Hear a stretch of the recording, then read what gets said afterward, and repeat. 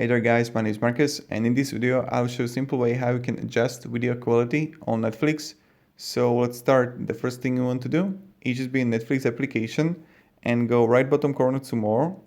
And when you're going to be here, you want to scroll down below and click on account. Right when you're going to be here, you want to again scroll down below, and then you're going to see profile and parental controls. You want to click on your account, and you're going to see it right here, language, viewing restrictions, scroll down below more, and playback settings. Change. And now you're going to see data usage per screen, right?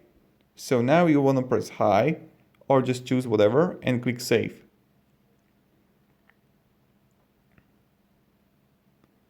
And this is how you do it. So again, you just click on, scroll down below, click on your profile, playback settings right here, change, and scroll down below and choose the quality of your video. Thank you very much. Have a great day and goodbye. See ya.